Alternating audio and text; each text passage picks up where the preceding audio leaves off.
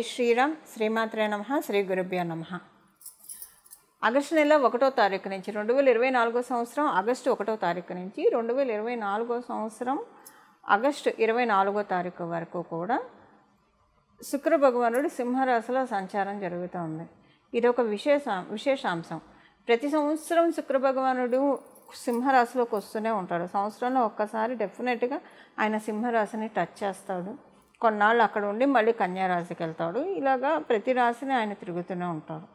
అయితే ప్రతి సంవత్సరం లేని స్పెషల్ ఈ సంవత్సరం ఉంది కాబట్టి స్పెషల్గా ఆయన శుక్ర భగవానుడి సింహరాశి సంచారం గురించి ఇప్పుడు మనం మాట్లాడుకోవాలి.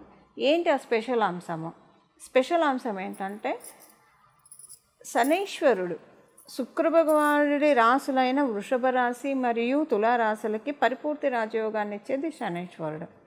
అలాగే శనీశ్వరుడు రాశులైన మకర రాశి మరియు కుంభరాశులు ఈ రెండిటికి కూడా పరిపూర్తి రాజయోగాన్ని ఇచ్చేది శుక్ర భగవానుడు. ఈ శుక్ర భగవానుడు శనీశ్వరుడు వీళ్ళిద్దరూ కూడా సమసప్తకాల్లో ఉన్నారు. కుంభరాశిలో ఆయన ఉన్నాడు వక్రించి, అలాగే సింహరాశిలో ఈయన సవ్యగతిలో ఉన్నాడు. సో ఇది డెఫినెట్గా ఒక ఇంపాక్ట్ ఉంటుంది. ఇక్కడ ఇంకొక విషయం మనం మాట్లాడుకోవాల్సింది ఏంటంటే ఈ సూర్యనారాయణమూర్తి సింహరాశి అధిపతి అయిన సూర్యనారాయణమూర్తి శుక్ర రాశిలో ఒక రాశి అయినా తులారాశిలో ఆయన నీచ పొందుతాడు. సో అంటే ఈ కాలపురుషుడు కుండలిలో చోటు చేసుకునే ఈ శనీశ్వరుడు మరియు శుక్ర భగవానుడి సమసప్తక స్థితి డెఫినెట్గా ద్వాదశ రాశుల వాళ్ళకి కొన్ని మంచి ఇంపాక్ట్స్ కలగబోతూ ఉన్నాయి. ఆ ఇంపాక్ట్స్ ఏంటి అసలు అంటే ఈ సమసప్తకంలో ఉండడం వల్ల ఇప్పుడు కుంభరాశిలో శనీశ్వరుడు ఉండడం వల్ల ఇది ఇంకా స్పెషల్ ఎఫెక్ట్ స్పెషలైజేషన్ అయింది. అదర్వైజ్ కాకపోతే కనుక ప్రతి సంవత్సరం లాగే శుక్ర భగవానుడు సింహరాశిలో వచ్చి వెళ్ళారు. అంతవరకు మీ జన్మజాతకంలో ఉండేది జనరల్గా ఉండే యోగాలే ఉంటాయి. కానివ్వండి, ఇక్కడ ఒక యోగము మనకి ఇప్పుడు ఖగోళంలో చోటు చేసుకోబోతూ ఉంది శనీశ్వరుడు మరియు శుక్ర భగవానుడు వల్ల. అదేంటంటే శశి శుక్ర యోగం. ఈ శశి శుక్ర యోగం ఎలా ఉంటుందంటే జనరల్గా శశబుధ యోగం కానివ్వండి, శశి శుక్ర యోగం కానివ్వండి, మనీని అంటే మనకి పరాశర సంహితలో ఉన్నది ఏంటంటే డబ్బుల్ని ఇస్తుంది శశి శుక్ర యోగం. అయితే ఈ డబ్బుల్ని ఇచ్చేది ఇప్పుడు శశబుధ యోగం కూడా డబ్బుల్ని ఇస్తుంది. శశబుధ యోగంలో వచ్చిన డబ్బులు ఏంటంటే చక్కగా కాపాడుకుంటారు. ఇప్పుడు ఒక చిన్న పిల్లల దగ్గరికి వెళ్ళి మనం చాక్లెట్లు 3 ఇచ్చామనుకోండి, మనమే ఇచ్చామనుకోండి ఒక 3 చాక్లెట్లు, తర్వాత వాటిలోంచి మనం ఒకటి అడిగితే నాయి అని పక్కన పెట్టేసుకుంటారు. వాళ్ళ దగ్గర ఏ ఉన్నా సరే ఎవరు పక్కన పెట్టేసుకుంటారు. అది శశబుధ యోగం.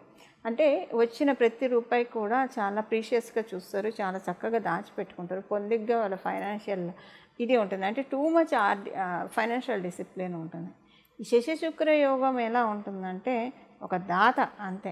అలా డబ్బుల్ని శుభ్రంగా లగ్జరీస్కి లావిష్ లైఫ్కి అలా అలా అలా ఖర్చు పెట్టేస్తూ ఉంటారు శశి శుక్రయోగం ఉన్నవాళ్ళు. వాళ్ళకి రావడం అలానే వస్తే వీళ్ళు ఖర్చు పెట్టడం కూడా అంతే చక్కగా ఖర్చు పెడతారు. సో వీళ్ళకి ఎలా ఉంటుందంటే ఖర్చు పెట్టే ఇది ఉంటుంది. అంటే అవసరమైన వాటికి ఖర్చు పెడతారు, ఒక్కోసారి అనవసరమైన వాటికి కూడా ఖర్చు పెడతారు.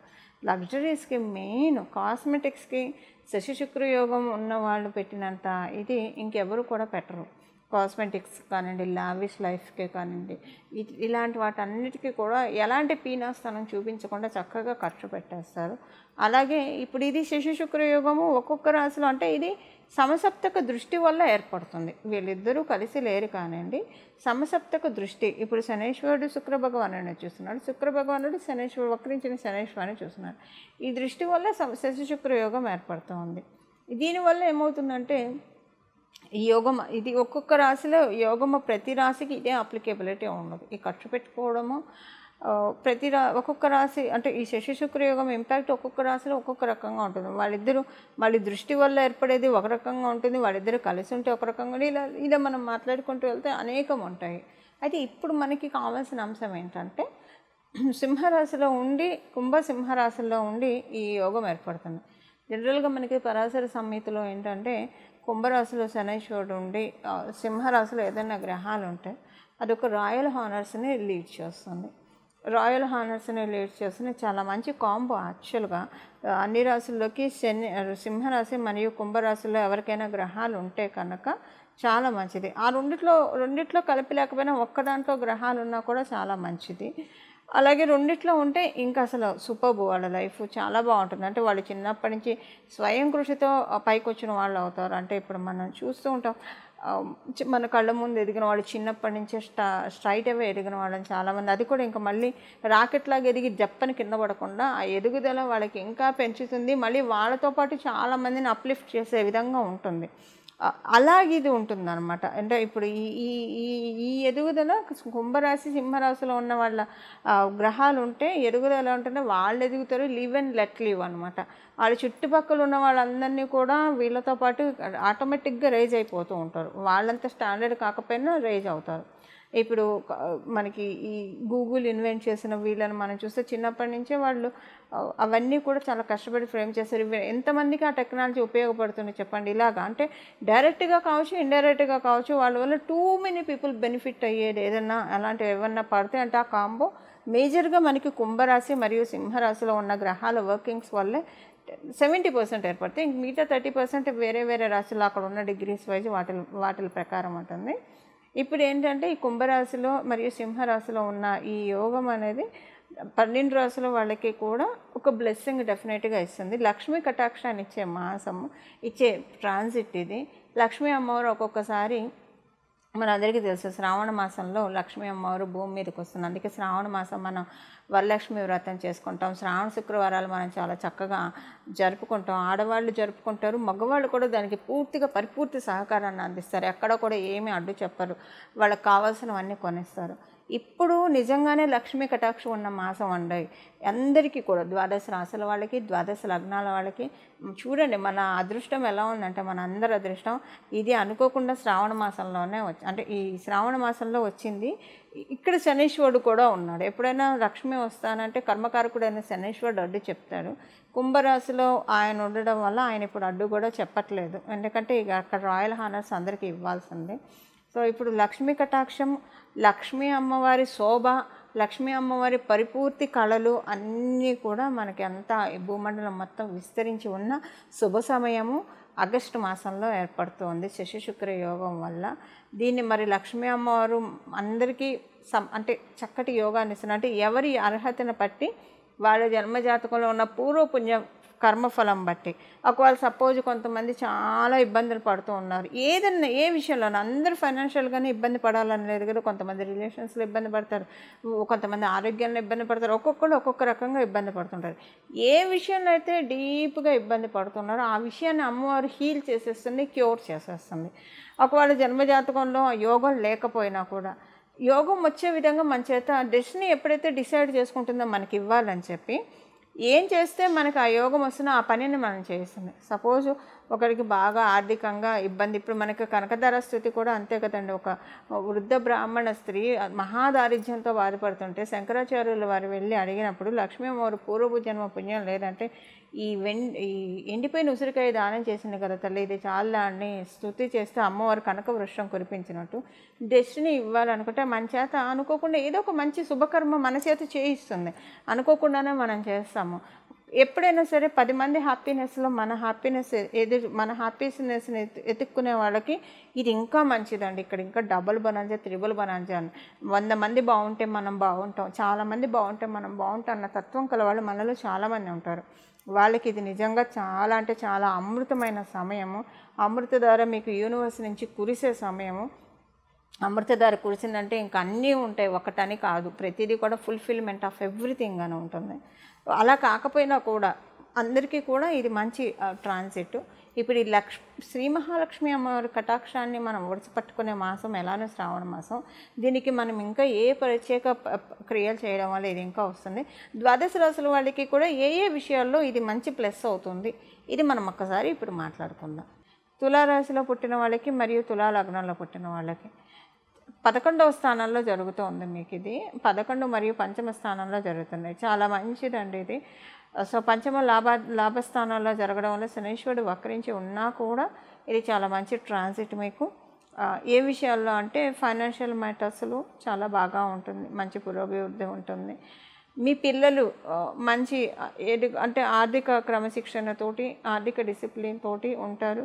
వాళ్ళ వృత్తిపరంగా ఏమన్నా ఆటంకాలు ఉంటే అవన్నీ కూడా తొలగిపోయి వాళ్ళు వృత్తిపరంగా బాగా ఎదుగుతారు. ఒకవేళ మీ పిల్లలు విద్యార్థులు అయితే కనుక వాళ్ళకి ఈ ట్రాన్సిట్ చాలా మంచిది. అంటే వాళ్ళ విద్యలో మంచి ప్రోగ్రెషన్, స్టడీస్లో మంచి ప్రోగ్రెసివ్గా వెళ్ళే శుభ సమయం. ఇప్పుడు పెళ్ళైన వాళ్ళు కావచ్చు, పెళ్ళి కాకపోయిన వాళ్ళకి కావచ్చు.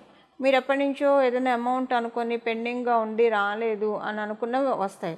లేదా మీరు ఎప్పటి నుంచో ఎవరికో అమౌంట్ ఇవ్వాలి, కానీ మీరు ఇవ్వలేకపోతున్నారు. ఎందుకు ఇవ్వలేకపోతున్నారు అంటే మీ దగ్గర అమౌంట్ సమకూరట్లేదు. ఇప్పుడు అమౌంట్ మీకు సమకూరుతుంది, డెస్టినీ మీకు ఏదో ఒక రకంగా సమకూరుస్తుంది. సో దట్ మీరు అవతల వాళ్ళకి పే చేయాల్సిన వాళ్ళకి చేసే విధంగా, లేదా మీ మైండ్లో అబ్బా ఈ పని ఎన్నాళ్ళు ఇంకా సాగుతుంది, ఇది కొంచెము అయితే నేను మనశ్శాంతిగా ఉంటాను అని అనుకున్నవి డెఫినెట్గా ఇప్పుడు అవుతాయి అన్నమాట. అంటే ఏదైనా పెండింగ్ ఉంది, ఇప్పుడు పెండింగ్ విషయాలు అంటే ఏంటి, ఇప్పుడు మీరు ఒక ఇల్లు కట్టుకున్నారు, సగంలో ఆపేసేసారు, సాగుతూ ఉంది, ఇంకా సాగుతూనే ఉంది, ఎప్పటికి అవ్వట్లేదు ఏంటి అని అనుకుంటే అది డెఫినెట్గా అవుతుంది. ఏదైనా కోర్టు కేసు ఉంది, ఎప్పటికప్పుడు వాయిదాలు ఏదో ఒకటి తేలట్లేదు అంటే అది ముందుకి అది అది అది ఏదో ఒకటి ప్రోగ్రెషన్ ఉంటుంది. లేదా మీరు ఏదైనా ఇల్లు అమ్మకానికి పెట్టారు, అది ఒక పట్టాన్ని పెట్టినప్పటి నుంచి ఇప్పటివరకు ఏ ప్రోగ్రెషన్ లేదనుకోండి, అది అవుతుంది. ఉద్యోగం కోసం ప్రయత్నిస్తున్నారు, ఉద్యోగం మీరు అనుకున్నది రావట్లేదు, లేదా మీరున్న ఉద్యోగంలో గ్రోత్ కోసం ప్రయత్నిస్తున్నారు, అది అవ్వట్లేదు, అది ఇప్పుడు అవుతుంది. అంటే ఏదో సోలాంగ్ పెండింగ్ ఉన్నవి ఇలాంటివి ఏమైనా ఉంటాయి కనుక డెఫినెట్గా అవి ఇప్పుడు సెటరేట్ అవ్వడానికి అవకాశం చక్కగా ఉంది తులారాశిలో పుట్టిన వాళ్ళకి. చూశారు కదండి. ఇప్పుడు మనం పరిహారం ఒకసారి ఏం చేస్తే లక్ష్మీ అమ్మవారి కటాక్షం శీఘ్రంగా మనకి కలుగుతుందో చూద్దాం. ఇప్పుడు మనం తెలుసుకున్న ఈ ఆగస్టు నెల మొత్తం అండి, ఆగస్టు నెల మొత్తం ప్రతిరోజు ఉదయాన్నే లేచిన వెంటనే స్నానం చేసి చక్కగా శుచులయ్యి ఇల్లు వాకిలి శుభ్రం చేసుకున్న తర్వాత చక్కగా ఇంట్లో ప్రతిరోజు కూడా 16 సార్లు శ్రీ సూక్తం వినండి. లేదా ఆడవాళ్ళు అయితే చదవకూడదు, వినొచ్చు. మగవాళ్ళు అయితే శ్రీ సూక్తం చదవడం వస్తే కనుక చక్కగా చదవండి, 16 సార్లు చదవండి. అలాగే ఒక్క శ్రీ సూక్తాన్ని విని కానీ చదివి కానీ వదిలేయకూడదు. పురుష సూక్తాన్ని కూడా దాంట్లో మనం సంపుటీకరణ చేయాలి. సంపుటీకరణ అంటే ఆ రెండు ఏం సంపుటీకరణ చేయక్కర్లేదు, జస్ట్ వింటే సరిపోతుంది. మళ్ళీ అది సంపుటీకరణ అంటే అదొక ప్రత్యేకమైన ప్రాసెస్ ఉంటుంది, అదంతా కన్ఫ్యూజన్లోకి వెళ్తుంది, అదంతా ఏమక్కర్లేదు. శ్రీ సూక్తం ప్రతిరోజు 16 సార్లు వినండి లేదా చదవండి. ఆడవాళ్ళు అయితే వినడమే. అలాగే 3 సార్లు కనీసంగా పురుష సూక్తం వినడానికి చదవడానికి ప్రయత్నించండి. ఒకవేళ 16 సార్లు పురుష సూక్తం కూడా వినగలిగి చదవగలిగితే ఇంకా మంచిది, లేదా కనీసం పురుష సూక్తం 3 సార్లు వింటే సరిపోతుంది. ప్రతిరోజు మీ ఇంట్లో ఆ వేదం, ఇప్పుడు స్త్రీ సూక్తం అంటే ధనం అగ్నిం, ధనం పశువు, ధనం వాయు ఇలా వస్తుందంటే ప్రతి చోట శ్రీలక్ష్మి అమ్మవారు ఉంటుంది. శ్రీలక్ష్మి లేని ప్రదేశమే లేదు అని మనకి శ్రీ సూక్తం తెలుపుతుంది. అంటే ఈ శ్రీ సూక్తం తెలిపే విషయాన్ని మనం చక్కగా అవగాహన చేసుకోవాలంటే పూర్తిగా దాంట్లో డెడికేటెడ్ అయిపోయి మనం వింటే కనుక అది వింటుంటే కూడా చాలా మంచి వైబ్రేషన్స్ వస్తాయండి, చాలా హాయిగా అనిపిస్తుంది మనసుకి. ఆ వేదిక్ చాంట్ వింటూ ఉంటే చాలా ప్రశాంతంగా అనిపిస్తుంది. మీకు తెలిసిన బ్రహ్మలు ఎవరైనా ఉంటే కనుక వాళ్ళని ఇంటికి పిలిపించి 16 సార్లు చదవమని చెప్పండి. శ్రీ సూక్తం, పురుష సూక్తం ఒక 3 సార్లు. వాళ్ళకి మీకు తోచినంత దక్షిణ ఇవ్వండి. ఇది లోభత్వం చూపించకుండా దక్షిణ ఇవ్వాలి. ఎందుకంటే లక్ష్మీ అమ్మవారు దాన ధర్మాలకే మనం అమ్మవారి ప్రసన్నతను మనం పొందగలుగుతాం. మీకు తెలిసిన ఋత్వికులకి, బ్రహ్మలకి కానివ్వండి, గురుస్థానంలో ఉన్న వాళ్ళకి కానివ్వండి, దేవాలయాలకి కానివ్వండి, ఇలాగా గురుస్థానంలో గురువుకి సంబంధించిన గోశాలల్లో కానీ గురువుకి సంబంధించిన పోర్ట్ఫోలియోస్లో ఉన్న వాళ్ళ సంబంధించిన రంగాల్లో ఉన్న వాళ్ళకి మీకు తోచినంత లోభత్వం చూపకుండా దానం చేస్తే కనుక నిజంగా లక్ష్మీ అమ్మవారి బ్లెస్సింగ్స్ చాలా చక్కగా వస్తాయి. ఇప్పుడు మనం పరిహారం చూసాం కదా, ఈ పరిహారం చేసుకొని లక్ష్మీ అమ్మ, అందులో మనం ఉన్నది శ్రావణ మాసంలో, లక్ష్మీ అమ్మవారి కటాక్షాన్ని ఇవేమి దాన ధర్మాలు చేయలేని వాళ్ళు చక్కగా ప్రశాంతంగా చేయగలిగిన వాళ్ళు ఇది చేయండి. చేయలేని వాళ్ళు ప్రశాంతంగా 16 సార్లు శ్రీ సూక్తం వినడం, 3 సార్లు పురుష సూక్తం వినడం, లేదా చదవడం, మగవాళ్ళు అయితే చదవడం వస్తే చదవడం, ఇది చేయండి. లక్ష్మీ అమ్మవారి మిమ్మల్ని దానం చేసేదానికి అర్హుల్ని చేస్తుంది. చేయలేని స్థితిలో ఉన్న వాళ్ళకి ఆ చేసే విధంగా అర్హత మీకు కలిగిస్తుంది. అంటే ఇప్పుడు మన దగ్గర చాలా ఉంటే మనం అవతల వాళ్ళకి ఇవ్వగలుగుతాం కదా, అలాంటి అర్హతని మీకు అమ్మవారు కలగజేస్తుంది. బట్ ఒకవేళ అలా లేకపోతే అంటే అప్పు చేసి మటుకు దానాలు చేయకూడదు, ఇది ఒకటి మటుకు గుర్తుపెట్టుకోండి. ఎవరు అప్పులు చేసి మటుకు దానాలు అస్సలు చేయకూడదు, అది దోషం అవుతుంది. అప్పు చేసి మన స్థాయికి మించి చేసే దానం కూడా దోషం అవుతుంది. కలిగి ఉన్నప్పుడు లోభత్వం చూపించొద్దనే మనకి మనం ఏ కథ చూసినా, సత్యనారాయణ స్వామి వ్రత కథ చూసినా, ఎందులో అయినా సరే లోభత్వం లేకుండా, అంటే మనకి కలిగి ఉండి ఎందుకు ఇవ్వాలన్న లోభత్వం అయితే చూపించకూడదు, లేనిది తెచ్చిపెట్టి కూడా ఇవ్వకూడదు. ఈ రెండు దోషమే. ఇది ఈ మధ్యలో ఉన్న లైన్ని తెలుసుకొని చక్కగా కలిగి ఉన్న దాంట్లో కొంచెం ఇచ్చినా మనకు వచ్చిన ఇబ్బంది ఏం లేదని అనుకుంటే దానం చేయండి. లేదా ఇవ్వడం వల్ల రేపటికి ఇబ్బంది అవుతుందని అనుకుంటే అలా కూడా దానం చేయొద్దు. చక్కగా మనం తెలుసుకున్న స్త్రీ సూక్తం, పురుష సూక్తం వింటే సరిపోతుంది. ఈ విధంగా మీరు శ్రావణ మాసం లక్ష్మీ శోభ మనందరి గృహాల్లో వెల్లివిరియాలని, మనందరం కూడా శ్రీలక్ష్మి అమ్మవారి ఆ కృపకి పాత్రలో కావాలని చెప్పి మీ అందరి తరఫున మరియు నా తరఫున లక్ష్మీ అమ్మవారిని ప్రార్థిస్తూ మంగళం. నమో భగవతే వాసుదేవాయ.